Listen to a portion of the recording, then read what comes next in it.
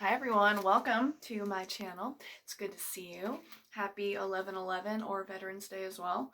Um, 11/11 is something that's really interesting because I've recently had a lot of people, just people in my everyday life, come to me and ask me, you know what, I can't deny it anymore. Every time I turn around, I see the number 11 or I see 111 or 11/11, and it just makes me kind of smile and it like makes me giggle because I'm thinking, yep, I know exactly what you're talking about and I've been through it, and there's a freaking ton of us that are going through this right now. Like, people, I literally am having, I probably had 4 or 5 friends over the past month come up to me and say, do you know anything about numerology, or do you know anything about the number one? And I'm like, yes, finally, welcome, welcome.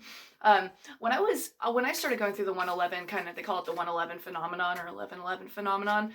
Um, when I started going through it was quite a while ago. It was probably like 10 years ago or something, or 7 years ago or something like that.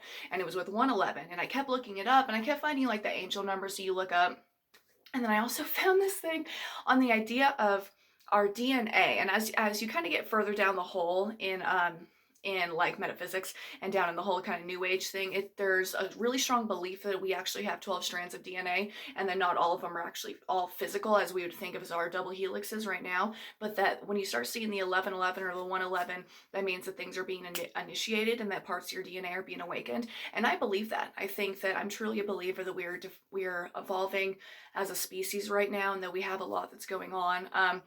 Spiritual evolution, you know what I mean? Like a spontaneous evolution. There's a book by Bruce Lipton and Greg Braden called Spontaneous Evolution that I really recommend. And it says that species do not take hundreds and hundreds of thousands of years in order to develop, that actually it happens within like a switch of a gene. And that's what happens. And it can also happen trauma wise. Like, think they're still able to track down pieces of trauma from like Auschwitz and from the Holocaust and other like and Native American onslaught or a genocide. Like, they're able to track genealogical switches in DNA. I don't know. I don't really know how it works exactly. Hi, Mama. I don't really know how it works exactly, but they say that when you start seeing the 111 or 11/11 or just 11, that means that it's something that's coming in your life, man, and that we're changing. 11/11. Here are the cards that I pulled for today. All right, this is interesting. So I'm still kind of getting to know this deck. Oh my god, look at her. She's so funny. So it's my little totem animal. So I'm still kind of get to know this deck. So if you look at these cards, so once again, this is the Deviant Moon Tarot. I find them just freaking fascinating. So right here we have the Ten of Pentacles, which is cool. Have any of you guys watched The Queen's Gambit on Netflix? Like, there's not a lot of shows that I've watched. I'm kind of like a documentary stand-up comedy freaking talk show person. But The Queen's Gambit is phenomenal. It's really fantastic. And it's about this, it's an orphan, and she's just a virtuoso for, hi Lil, a virtuoso for chess. And so it's just really interesting. I've downloaded a chess app so that I can learn how to play.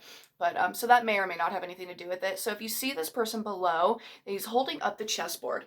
And so it's kind of interesting. This looks like some sort of king, a king and maybe his son, and they're playing on top of this person being bent down. So that can be kind of a call to the people being relied on by our government, and that our government is playing games on top of us, and that we could get into some really kind of interesting philosophical thought on what's happening in the country right now, or what's happening in the world right now, and how we are being used as people, and that we are in fact the numbers.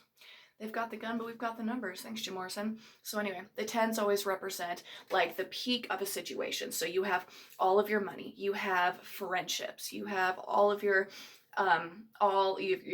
money. I mean, you're at the peak of your game, essentially. Like, the only thing that goes higher, you have the ace and it goes all the way to the 10. The only thing that's higher is the page and the knight and the king and the queen. And those are all the people, and those are the different phases of ourselves, or versions of people in our life. So right now we have to take advantage of what it is, like take advantage of our relationships and take advantage of how to really play our cards right.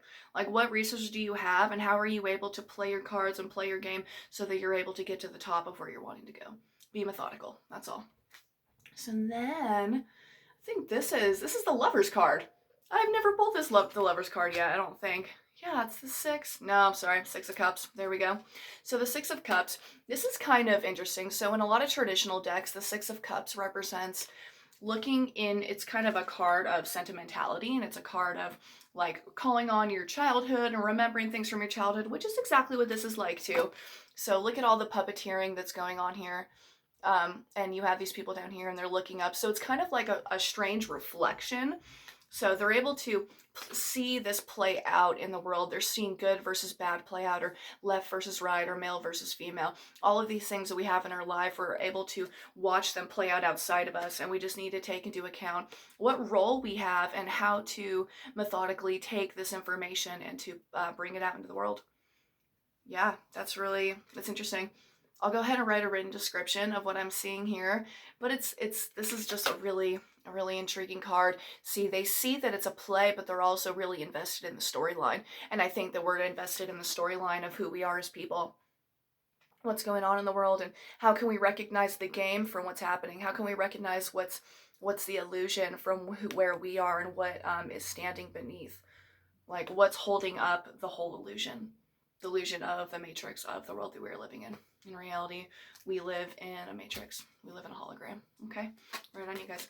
Happy 11/11. See you bye, Mama.